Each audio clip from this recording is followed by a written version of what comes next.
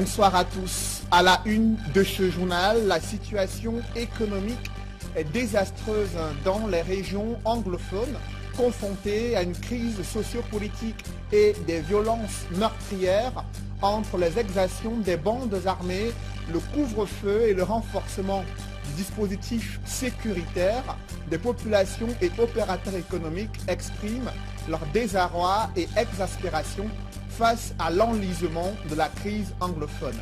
Le président de la République du Cameroun a-t-il radicalement endossé le costume d'homme lion au lendemain de la tentative de coup d'État du 6 avril 1984? L'attitude de Paul Biya, ses méthodes de gestion ont-elles été influencées par ces événements survenus au Cameroun? En ouverture dans ce journal, la classe politique qui a vécu ces tristes événements du 6 avril 1984 analyse et décrypte l'attitude du chef de l'État avant ces événements et juste après ces événements survenus il y a près de 34 ans, avec la gestion et la méthode du renouveau à la tête du Cameroun depuis une trentaine d'années.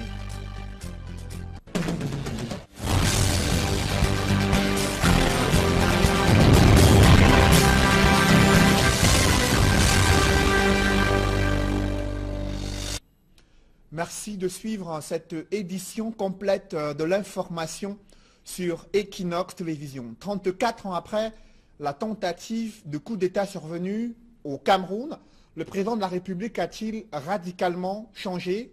Paul Biya a-t-il endossé son costume d'homme lion? S'est-il enfermé dans une tour d'ivoire, lui qui, juste après son accession à la magistrature suprême, était visible dans tous les différents chefs-lieux du Cameroun? Il allait à la rencontre des Camerounais juste après le coup d'État manqué du 6 avril 1984. L'attitude, les méthodes de management du chef de l'État ont-elles radicalement changé? La classe politique apprécie bien sûr la méthode de Biya au courant de ces années de 1984 et ces tristes événements survenus du côté de Yaoundé. Évocation avec Gizogo. 34 ans après la tentative de coup d'État du 6 avril 1984, Maïdadi Seydou, alors jeune cadre à la Société d'expansion et de modernisation de la riziculture de Yagua, Semri Amaga dans l'extrême nord Cameroun, se souvient de l'atmosphère qui régnait ce jour. Comme tous les autres Camerounais, personne ne savait ce qui se passait. Toute la matinée, c'était la musique militaire à Radio Yaoundé, RFI avait également parlé de confusion, qui avait des tirs toute la nuit à Yaoundé, etc. On ne savait pas exactement ce qui était en train de se passer.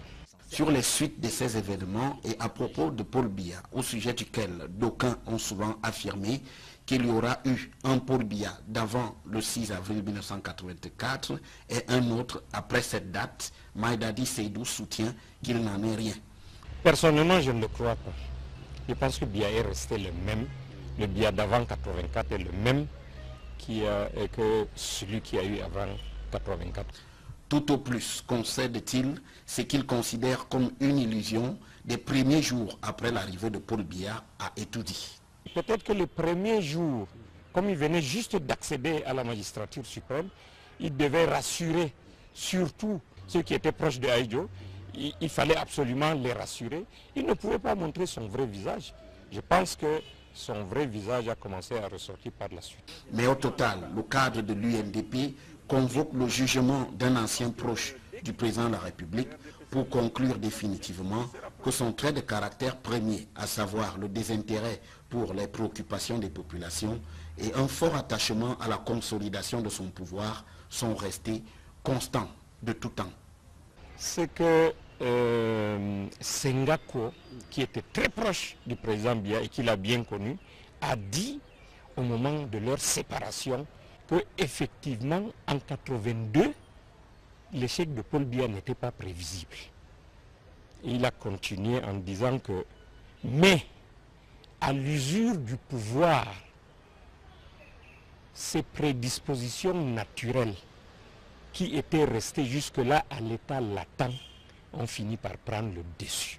Ça, c'est de François Sengako. Pour Maïdadi Seydou, il faudra bien attendre que les acteurs aujourd'hui au pouvoir quittent la scène politique pour que de telles versions de faits tendant à présenter Paul Biya sous un autre jour soient en définitive battues en brèche.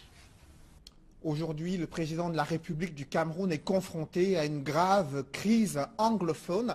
Celle-ci impacte sur la situation économique dans les régions du nord-ouest et du sud-ouest. Cas d'illustration à Ekok, là où le couvre-feu, la multiplication des exactions, le renforcement du dispositif sécuritaire impactent sur les activités économiques. Population et commerçants se plaignent de cette situation et ce climat d'insécurité. Ils sont exaspérés face à l'enlisement de la crise anglophone. Un grand reportage réalisé à Ekok, ville frontalière avec le Nigeria. C'est avec nos envoyés spéciaux Éric Marcian Diomo et Innocent Abega. Ville frontalière entre le Cameroun et le Nigeria, Ekok comptait jusqu'au début de la crise anglophone près de 1000 habitants. Ekok, ville cosmopolite avec des populations issues des deux pays, est située dans l'arrondissement de Yumodjok, département de la Magno, région du sud-ouest. Ici, les monnaies camerounaises et nigérianes sont utilisées allègrement dans les échanges commerciaux. Un produit acheté peut être ainsi réglé en francs CFA ou en naira. Les véhicules des deux pays circulent aussi sans heurts dans cette ville frontalière, portant chacun l'immatriculation de son territoire. La ville d'Ekok est aussi un grand espace économique où s'écoulent de nombreux produits en provenance du Nigeria et de l'intérieur du Cameroun. Les ressortissants des deux pays y cohabitent donc en peuple frère et amis. Nous sommes bien, nous n'avons aucun problème, nous sommes un. La crise anglophone impacte énormément cette ville frontalière tant sur le plan économique que social. À Ekok, les affaires prospéraient. Mais en raison de la crise actuelle, nous sommes affectés. Les gens ont peur de voyager.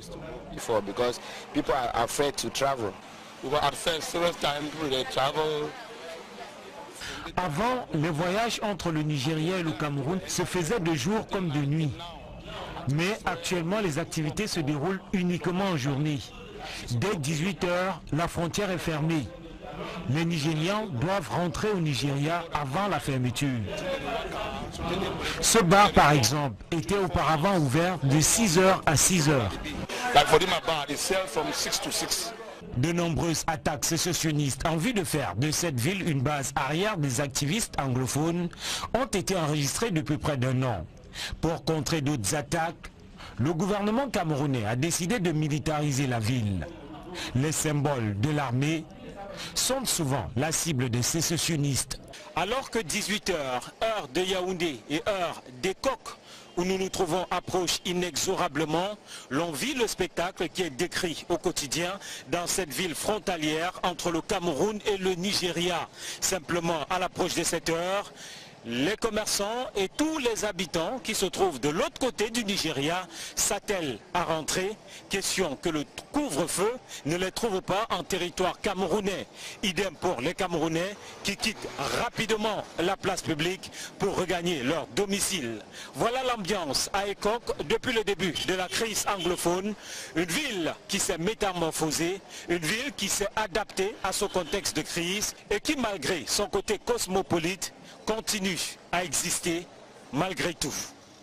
Pour Equinox Télévision, envoyés spéciaux à Ekok, Innocent Abega, Mimi Mefo. Derrière ce micro, je suis Éric Marcian Diomo. Restons dans le chaudron de la crise anglophone où le principal parti de l'opposition a obtenu 7 sièges de sénateurs dans la région du Nord-Ouest. Ces parlementaires élus appréhendent déjà l'ampleur de leur mission à la Chambre haute du Parlement, à savoir défendre les intérêts des collectivités territoriales décentralisées sur le théâtre d'une crise anglophone. Stella Mbou et Sylvestre Hippolyte Zangao. Un toast pour célébrer son élection comme première femme sénateur élue dans la région du Nord-Ouest. C'est en famille que Emilian Keze a attendu la proclamation des résultats des sénatoriales 2018. Le verdict pour la région du Nord-Ouest a produit ce résultat.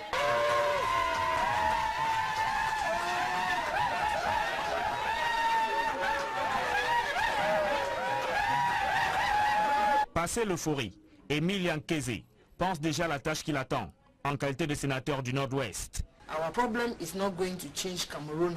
Nous ne prétendons pas changer le Cameroun d'un coup de bâton magique, mais nous allons travailler à impulser ce changement. Tout ne se fera pas en un jour. À mon niveau, je créerai cet impact, bien évidemment avec mes autres camarades.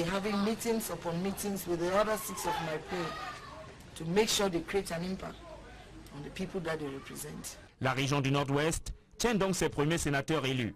Ils sont 7 au total, sur qui les attentes des populations des différentes municipalités de la région reposent désormais. Nous attendons beaucoup de ces sénateurs dans le Nord-Ouest, surtout avec cette crise anglophone et toutes ces personnes qui ont été arrêtées. Il faut tout faire pour apaiser les cœurs et travailler pour la jeunesse et la condition des femmes.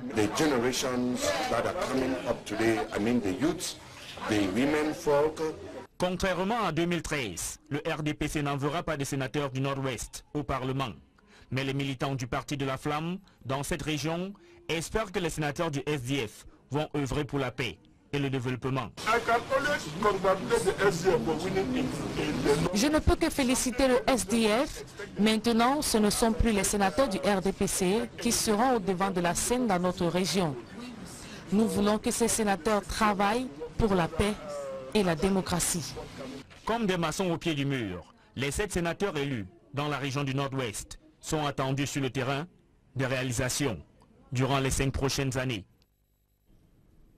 Se dirige-t-on vers une mort programmée du Centre africain de recherche sur bananiers et plantains installé à Djombe? Ce centre traverse des champs de turbulence entre crise de gestion et mauvais traitement salarial. Des grognes sociales se multiplient au cœur de ce dispositif indispensable pour le développement agricole et la sécurité alimentaire dans la sous-région Afrique centrale. C'est une enquête signée Jacques Molland et Gladys Sidier. En rang serré, ils avancent en tenant des chants de ralliement. Ils sont à leur 10e mois de salaire impayé. Les employés du Centre africain de recherche sur bananiers et plantains sont à bout. Après de multiples promesses infructueuses de la part de leurs employeurs, ils ont fait un sitting au siège de l'entreprise. C'est une situation inconfortable dans laquelle nous nous trouvons actuellement, parce que rester 9 mois sans salaire, ce n'est pas facile pour quelqu'un de vivre. Nous sollicitons vraiment l'appui des autorités, l'intervention immédiate des autorités pour que cette situation trouve une solution. Pour que nous ayons au moins nos salaires et voir comment dans l'avenir nous pouvons vivre de façon sereine. La situation découle d'une mauvaise gestion selon les grévistes et du non-respect de leur statut de chercheurs. Les statuts n'ont jamais été respectés. Donc nous les ouvriers, les employés du Cameroun, demandent qu'on respecte les statuts. Et en plus, l'administration a des salaires exorbitants. L'administration gère beaucoup plus avec des salaires exorbitants, alors que les acteurs de la recherche proprement dit sont laissés à eux-mêmes. Vous voyez énormément d'associations qui sont dans les 700, 1 million, voire 2 millions, voire 3 millions de salaires, alors que les chercheurs qui écrivent des projets se retrouvent dans 200, 250 000. C'est dû à une mauvaise gérance, puisque si déjà nous sommes en 9 mois, pourquoi est-ce qu'on a attendu que ce manque de salaire arrive jusqu'à 9 mois? Alors on dit que quelque part, il y avait une mauvaise gérance. Et ça a poussé les bailleurs de fonds même de se retirer. Le secrétaire général du ministère de la Recherche scientifique et de l'innovation n'a pas pu convaincre les grévistes. Ces derniers campent sur leur position. Pas de salaire, pas de reprise du travail. La renationalisation du secteur névralgique de l'eau pose déjà ses premiers problèmes, ceux relatifs à la dette sociale de la CDE. Au moment de la clôture du contrat d'affermage avec les Marocains, le ministre de l'eau a été dépêché à Douala pour pouvoir examiner ce problème qui agite déjà quelques tensions sociales au sein de cette entreprise. Des précisions avec Flavien Valondongo. À 3 semaines de la clôture du contrat d'affermage de la CDE, l'épineuse question de la dette sociale qui agitait les tensions au sein de l'entreprise vient d'être dissipée par le ministre de l'eau et de l'énergie. Nous sommes venus tout simplement rassurer le personnel de CDE qu'à partir du 2 mai, ils vont basculer à la CAM Water. Et que dans le cadre de cette opération, leurs intérêts sont préservés et garderont leur salaire et garderont leurs avantages. Pour sa première visite de travail à Douala, Gaston Elundu Essomba a choisi un cadre restreint pour rencontrer les délégués du personnel de la structure et leur dire qu'ils sont des futurs employés de la CAM Water. Le chef de l'État a donné des instructions claires. Il a mis à notre disposition les moyens afin que la période de transition soit assurée, notamment dans le paiement des salaires des 2 premiers mois. Une nouvelle confirmée par le porte-parole des délégués du personnel de la CDE. Le ministre a entendu, à travers la CDE, apporter des solutions à pratiquement tous les problèmes. La cérémonie des médailles, par exemple, qui est en suspens, sera organisée dans les prochains jours. Tout va dépendre de la trésorerie de l'entreprise. Les congés, ça va se gérer entre les 2 entreprises. Et puis, les avancements, la reconstruction de carrière de ceux qui ont ce problème-là va se faire dans le cadre des comités conjoints mis en place entre les 2 entreprises. À la transition, les douanes ne posent pas de problème parce qu'on nous parle de continuité. Ça veut dire que nos anciennetés sont préservées et les salaires actuels seront payés à la CAM Water. Il y avait des soucis, on avait des soucis, mais avec l'intervention du ministre, il a pu désamorcer la bombe. Dès le 2 mai prochain, la production, la distribution et la commercialisation de l'eau potable au Cameroun reviendront exclusivement à la CAM Water. Rappelons que la fin du contrat d'affirmage liant l'État du Cameroun à la CDE a été décidée par le chef de l'État, c'était en mars 2016. Et depuis cette décision, un comité a été mis en place pour gérer la transition qui, selon le ministre de l'Eau et de l'Énergie, doit se dérouler sans secousse. Le gouvernement est donc engagé dans une course contre la montre. Cette volonté de reprendre en main le secteur névralgique de l'eau est confrontée à des équations à plusieurs inconnues. L'entreprise publique CAM Water a-t-elle les compétences techniques et managériales pour assurer toute seule la production et la distribution de l'eau au Cameroun, un pays confronté à un grave déficit en eau potable? Élément de réponse dans ce reportage de François Dikoumet et Xavier Foka. La renationalisation de la distribution de l'eau reste encore une équation à plusieurs inconnus au Cameroun.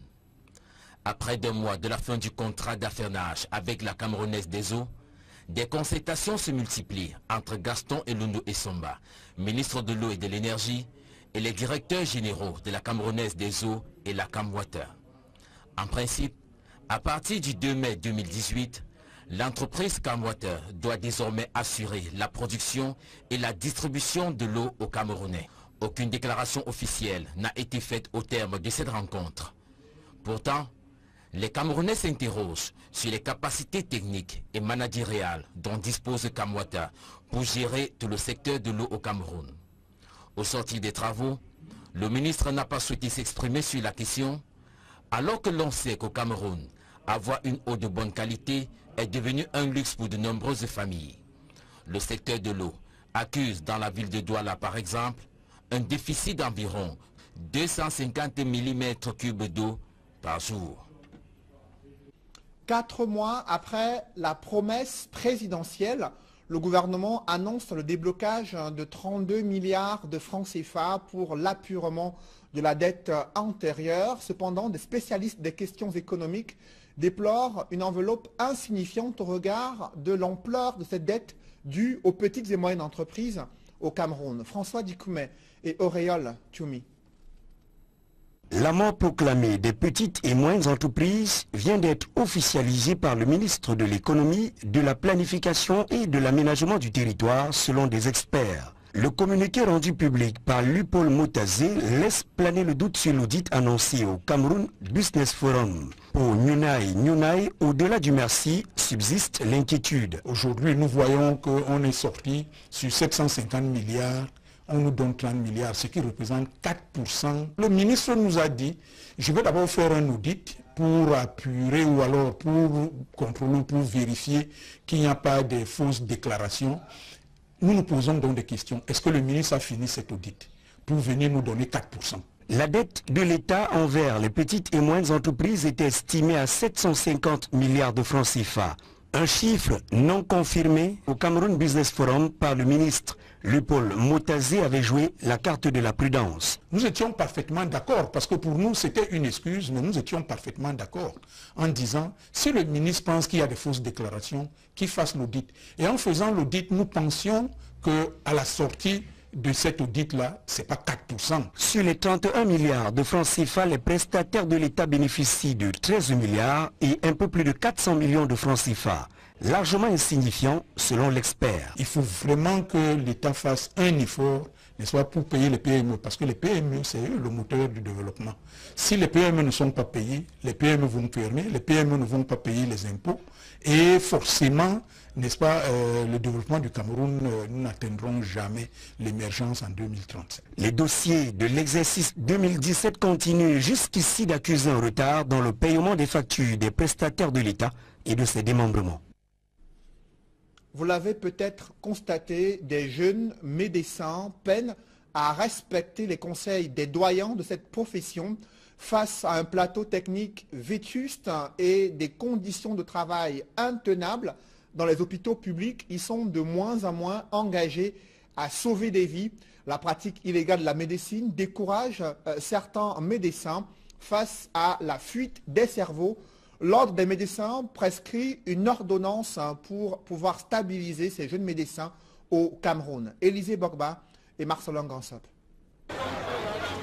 C'était une rencontre aux allures de conseil de famille.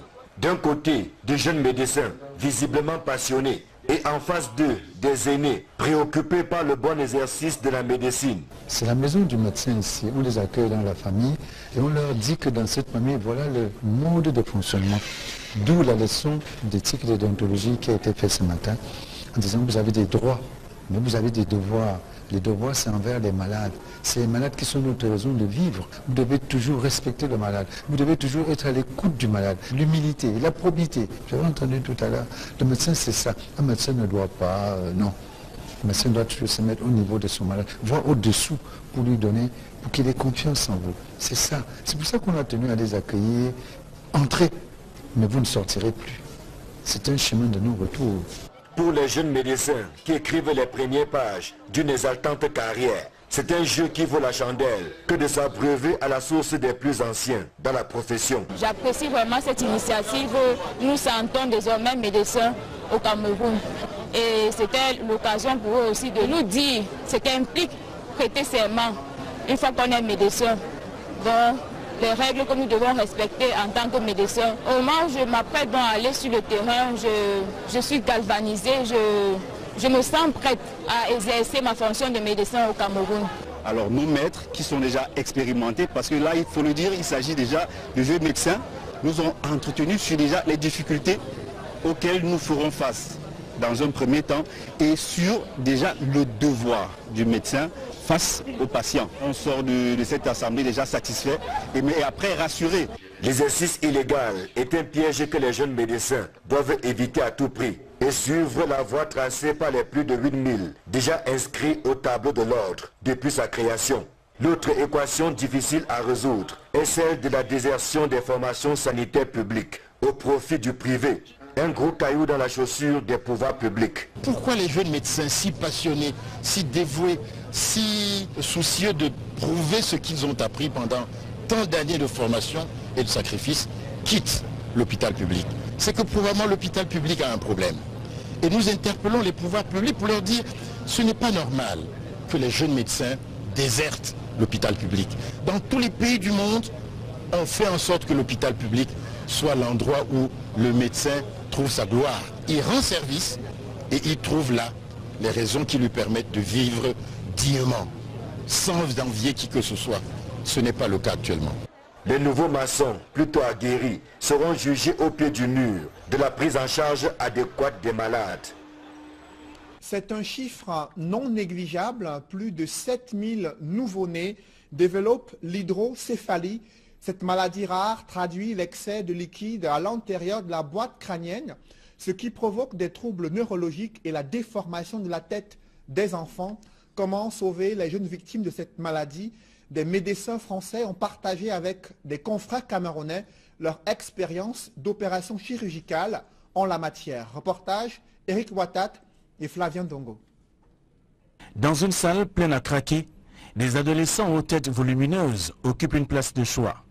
Les médecins révèlent qu'ils souffrent de l'hydrocéphalie. L'hydrocéphalie, c'est une maladie neurologique qui est le plus souvent d'origine infectieuse ou malformative et qui crée de la pression sur le cerveau des enfants qui, bien sûr, donne des séquelles et des troubles neurologiques si on ne s'en occupe pas.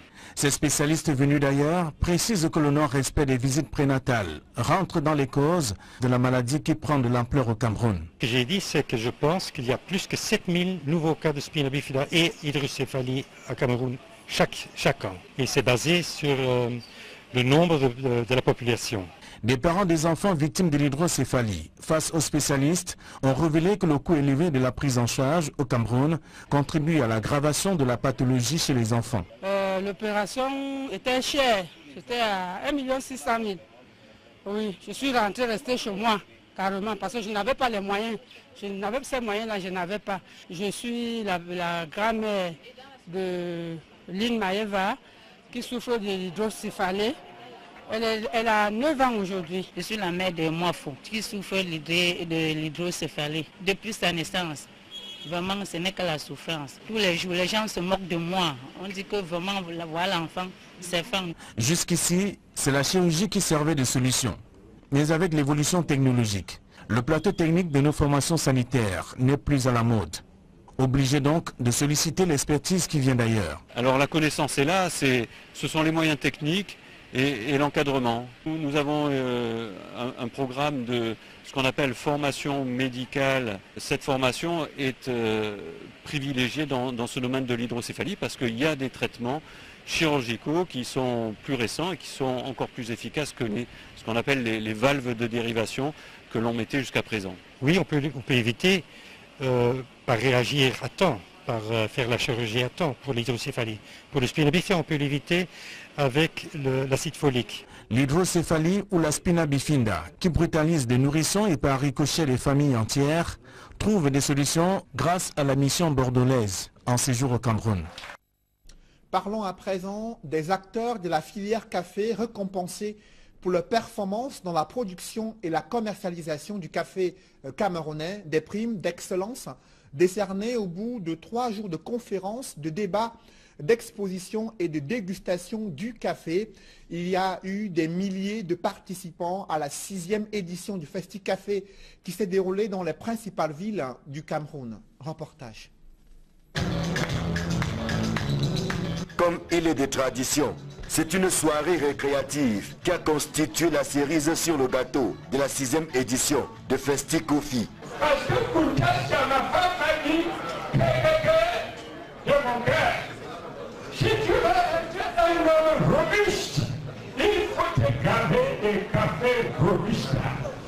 C'était le temps des réjouissances, mais surtout aussi celui des récompenses. La Légion étrangère, particulièrement félicitée, ainsi que les acteurs locaux de la filière ont reçu des trophées en guise de célébration et d'encouragement des efforts déployés jusqu'ici dans la production d'un café haut de gamme, envié dans le monde entier. C'est parce qu'on travaille depuis longtemps sur le café pour améliorer la culture du café, notamment le Robusta. Donc à la fois sur les aspects amélioration génétique, mais Thierry Laura vous en parlera. Et puis plus aussi sur le contrôle des maladies, des ravageurs, pour une production la meilleure possible et que les producteurs puissent tirer profit et gagner de l'argent avec leur culture. On essaye, des chercheurs, d'aider comme on peut le Robusta en Afrique et à Madagascar, d'aider surtout dans une optique des producteurs, que les agriculteurs gagnent mieux leur vie. Et donc nos travaux de recherche modestement essayent d'améliorer les choses petit à petit. Plus que jamais, le Made in Cameroun s'inscrit à l'école de la qualité pour tutoyer davantage les sommets et se faire une place au soleil. À l'heure du bilan, c'est la satisfaction totale. L'un des défis, j'allais dire des résultats majeurs de ces assises de Yaoundé aura été précisément les avancées enregistrées par les chercheurs, par le colloque des chercheurs qui se traduira dans les mois, dans les semaines à venir par une meilleure disponibilité des plants. Ils ont trouvé des plants hybrides. Les producteurs pourront disposer de plants en nombre, mais aussi en qualité, avec des niveaux de rendement qui nous permettent d'atteindre les objectifs que nous étions fixés.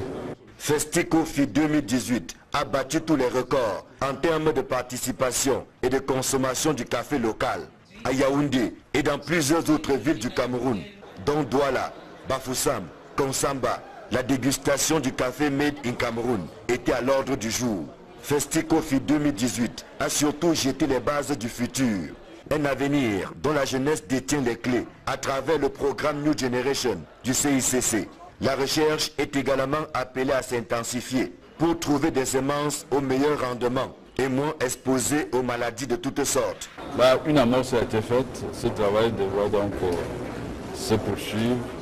Et je pense que si ces deux problèmes étaient adressés, pas en même temps, mais avec la même efficacité, avec la même urgence, oui, on peut penser que le café Robusta d'Afrique et de Madagascar a de belles pages à écrire dans les très prochaines années. C'est donc un futur fait d'espoir et d'optimisme qui autorise un peu de détente avant de se replonger dans le travail et aller au-delà des 20 000 tonnes de café enregistrées lors de la dernière campagne.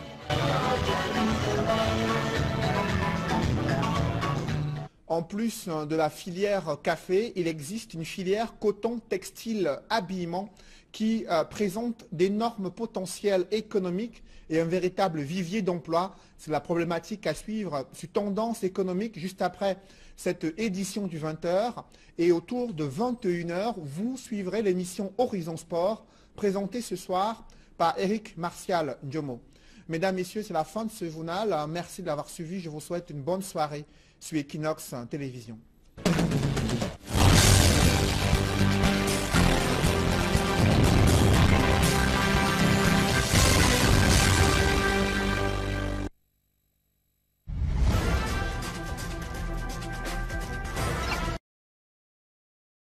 On ne pouvait pas montrer son vrai visage.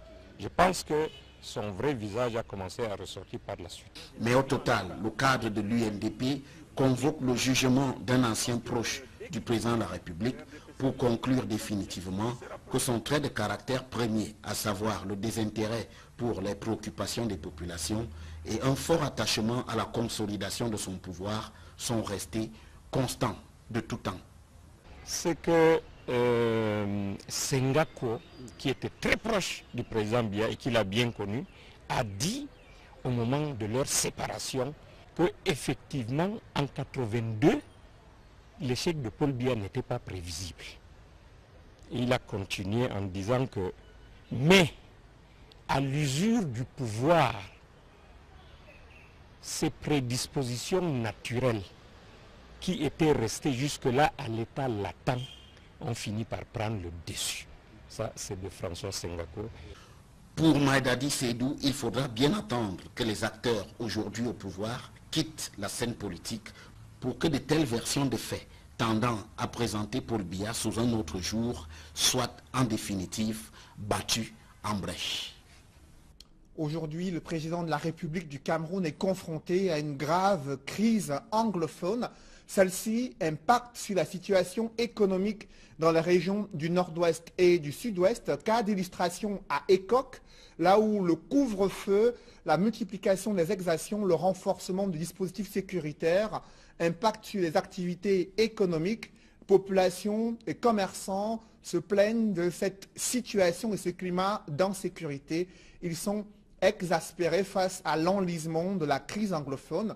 Un grand reportage réalisé à Ekok, ville frontalière avec le Nigeria. C'est avec nos envoyés spéciaux Eric Martial Ndiomo et Innocent Abega. Ville frontalière entre le Cameroun et le Nigeria, Ekok comptait jusqu'au début de la crise anglophone près de 1000 habitants. Ekok, ville cosmopolite avec des populations issues des deux pays, est située dans l'arrondissement de Yumodjok, département de la Magno, région du sud-ouest. Ici, Les monnaies camerounaises et nigérianes sont utilisées allègrement dans les échanges commerciaux. Un produit acheté peut être ainsi réglé en francs CFA ou en naira. Les véhicules des deux pays circulent aussi sans heurts dans cette ville frontalière, portant chacun l'immatriculation de son territoire. La ville des Coques est aussi un grand espace économique où s'écoulent de nombreux produits en provenance du Nigeria et de l'intérieur du Cameroun. Les ressortissants des deux pays y cohabitent donc en peuple frère et amis. Nous sommes bien, nous n'avons aucun problème, nous sommes un. La crise anglophone impacte énormément cette ville frontalière tant sur le plan économique que social. À Ekok, les affaires prospéraient. Mais en raison de la crise actuelle, nous sommes affectés. Les gens ont peur de voyager.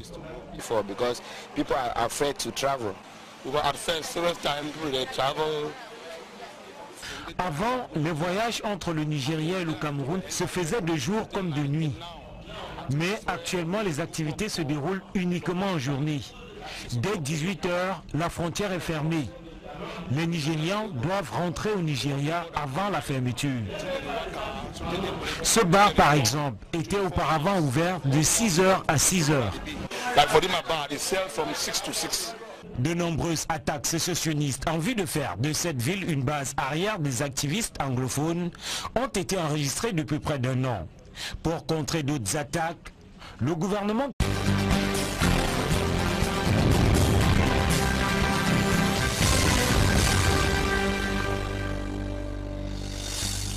Bonsoir à tous. À la une de ce journal, la situation économique est désastreuse dans les régions anglophones, confrontées à une crise sociopolitique et des violences meurtrières entre les exactions des bandes armées, le couvre-feu et le renforcement du dispositif sécuritaire. Des populations et opérateurs économiques expriment leur désarroi et exaspération face à l'enlisement de la crise anglophone. Le président de la République du Cameroun a-t-il radicalement endossé le costume d'homme lion au lendemain de la tentative de coup d'État du 6 avril 1984 ? L'attitude de Paul Biya, ses méthodes de gestion ont-elles été influencées par ces événements survenus au Cameroun ? En ouverture dans ce journal, la classe politique qui a vécu ces tristes événements du 6 avril 1984 analyse et décrypte l'attitude du chef de l'État avant ces événements et juste après ces événements survenus il y a près de 34 ans avec la gestion et la méthode du renouveau à la tête du Cameroun depuis une trentaine d'années.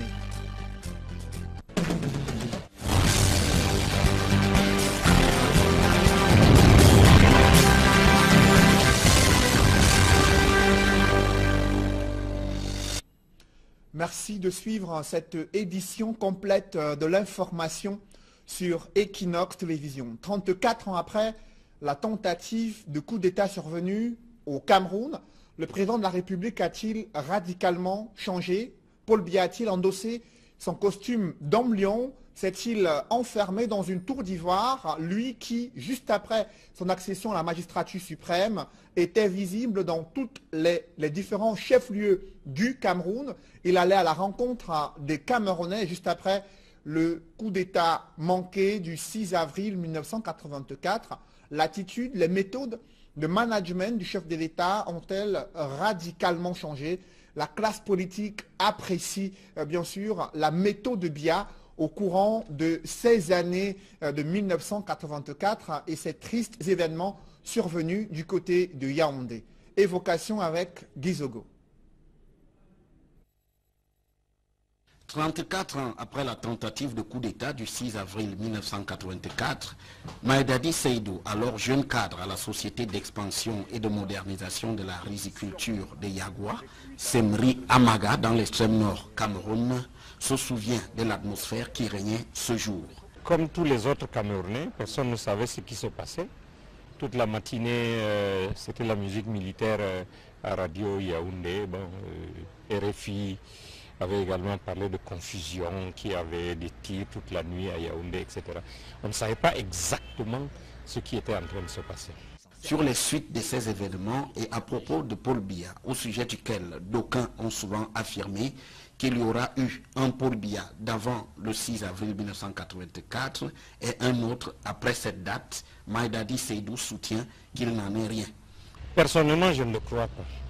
Je pense que Biya est resté le même. Le Biya d'avant 84 est le même que celui qui a eu avant 84.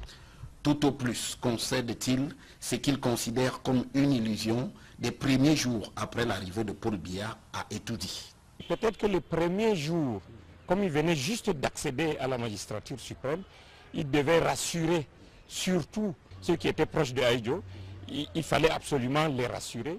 Ce centre traverse des champs de turbulence entre crise de gestion et mauvais traitement salarial. Des grogne sociales se multiplient au cœur de ce dispositif indispensable pour le développement agricole et la sécurité alimentaire dans la sous-région Afrique centrale. C'est une enquête signée Jacques Mollan et Gladys Sidier. En rang serré, ils avancent en tenant des chants de ralliement.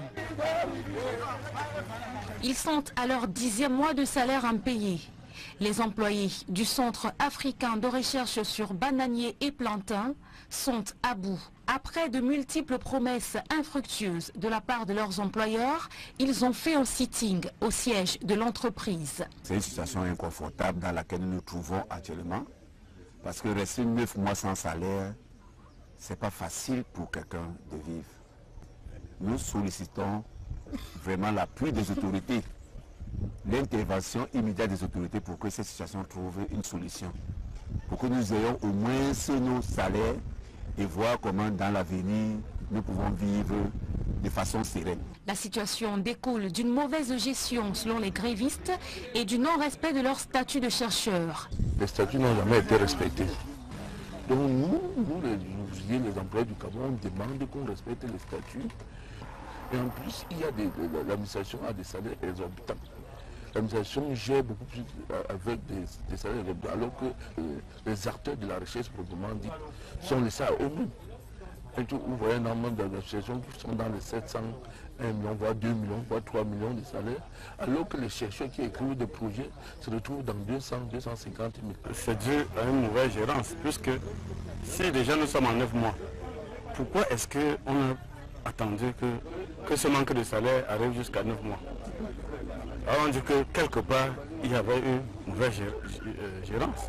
Et ça a poussé les bailleurs de fonds même de se retirer. Le secrétaire général du ministère de la Recherche scientifique et de l'Innovation n'a pas pu convaincre les grévistes. Ces derniers campent sur leur position. Pas de salaire, pas de reprise du travail. La renationalisation du secteur névralgique de l'eau pose déjà ses premiers problèmes, ceux relatifs à la dette sociale de la CDE. Au moment de la clôture du contrat d'affermage avec les Marocains, le ministre de l'eau a été dépêché à Douala pour pouvoir examiner ce problème qui agite déjà quelques tensions sociales au sein de cette entreprise. Des précisions avec Flavien Valondongo. À 3 semaines de la clôture du contrat d'affermage de la CDE, l'épineuse question de la dette sociale qui agitait les tensions au sein de l'entreprise vient d'être dissipée par le ministre de l'eau et de l'énergie. Nous sommes venus tout simplement rassurer le personnel de CDE qu'à partir du 2 mai, ils vont basculer à la Cam Water. Et que dans le cadre de cette opération, leurs intérêts sont préservés et garderont leur salaire et garderont leurs avantages. Pour sa première visite de travail à Douala, Gaston Elundu Essumba a choisi un cadre restreint pour rencontrer les délégués du personnel de la structure et leur dire qu'ils sont des futurs employés de la Cam Water. Le chef de l'État a donné des instructions claires. Il a mis à notre disposition les moyens afin que la période de transition soit assurée, notamment dans le paiement des salaires des 2 premiers mois. Une nouvelle confirmée par le porte-parole des délégués du personnel de la CDE. Le ministre a entendu, à travers la CDE, apporter des solutions à pratiquement tous les problèmes. La cérémonie des médailles, par exemple, qui est en suspens, sera organisée dans les prochains jours. Tout va dépendre de la trésorerie de l'entreprise. Les congés, ça va se gérer entre les 2 entreprises. Et puis, les avancements, la reconstruction de carrière de ceux qui ont ce problème-là va se faire dans le cadre des comités conjoints mis en place entre les deux entreprises. À la transition, les droits ne posent pas de problème parce qu'on nous parle de continuité. Ça veut dire que nos anciennetés sont préservées et les salaires actuels seront payés à la Camouata. Il y avait des soucis, on avait des soucis, mais avec l'intervention du ministre, il a pu désamorcer la bombe. Dès le 2 mai prochain, la production, la distribution et la commercialisation de l'eau potable au Cameroun reviendront exclusivement à la Camwater. Rappelons que la fin du contrat d'affirmage liant l'État du Cameroun à la CDE a été décidée par le chef de l'État, c'était en mars 2016. Et depuis cette décision, un comité a été mis en place pour gérer la transition qui, selon le ministre de l'Eau et de l'Énergie, doit se dérouler sans secousse.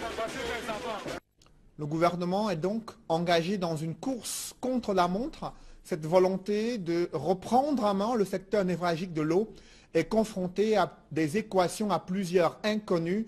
L'entreprise publique Camouata a-t-elle les compétences techniques et managériales pour assurer toute seule la production et la distribution de l'eau au Cameroun, un pays confronté à un grave déficit en eau potable? Élément de réponse dans ce reportage de François Dikoumet et Xavier Foka. La renationalisation de la distribution de l'eau reste encore une équation à plusieurs inconnus au Cameroun.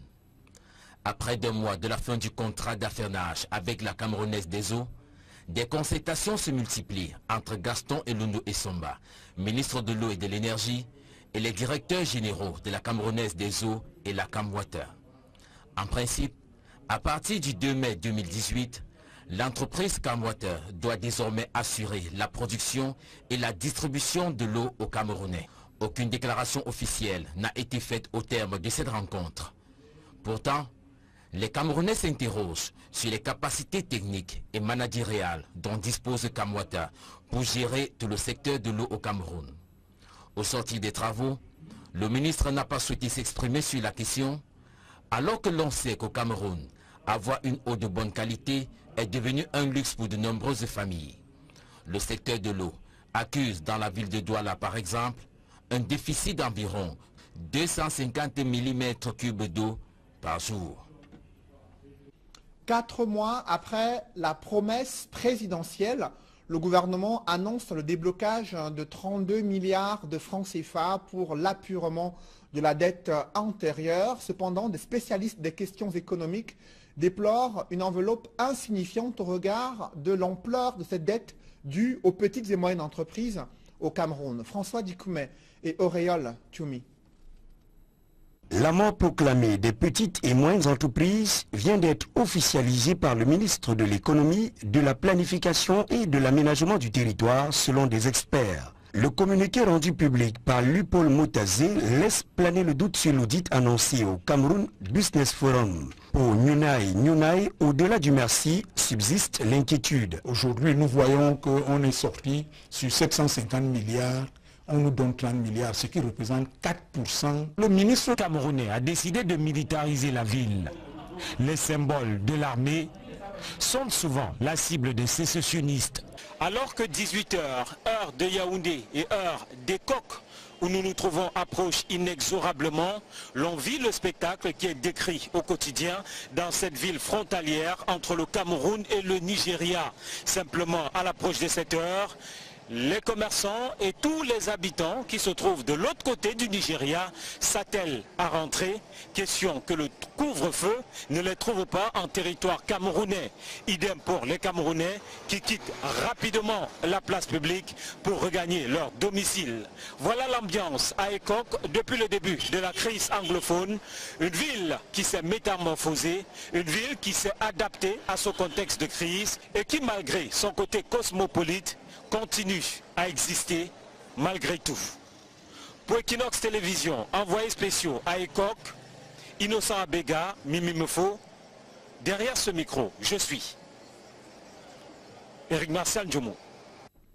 Restons dans le chaudron de la crise anglophone où le principal parti de l'opposition a obtenu 7 sièges de sénateurs dans la région du Nord-Ouest. Ces parlementaires élus appréhendent déjà l'ampleur de leur mission à la Chambre haute du Parlement, à savoir défendre les intérêts des collectivités territoriales décentralisées sur le théâtre d'une crise anglophone. Stella Mbou et Sylvestre Hippolyte Zangao.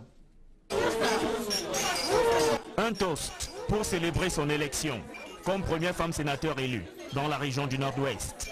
C'est en famille que Émile Yankeze a attendu la proclamation des résultats des sénatoriales 2018. Le verdict pour la région du Nord-Ouest a produit ce résultat.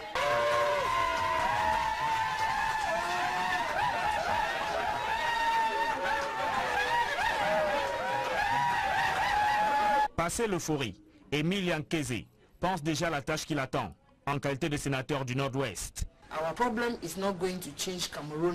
Nous ne prétendons pas changer le Cameroun d'un coup de bâton magique, mais nous allons travailler à impulser ce changement.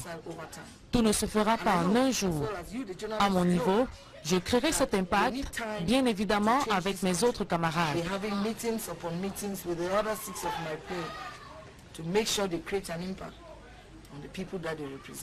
La région du Nord-Ouest tient donc ses premiers sénateurs élus. Ils sont 7 au total, sur qui les attentes des populations des différentes municipalités de la région reposent désormais. Nous attendons beaucoup de ces sénateurs dans le Nord-Ouest, surtout avec cette crise anglophone et toutes ces personnes qui ont été arrêtées. Il faut tout faire pour apaiser les cœurs et travailler pour la jeunesse et la condition des femmes.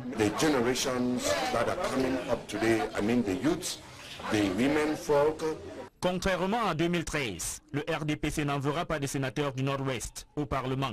Mais les militants du Parti de la Flamme dans cette région espèrent que les sénateurs du SDF vont œuvrer pour la paix et le développement. Je ne peux que féliciter le SDF.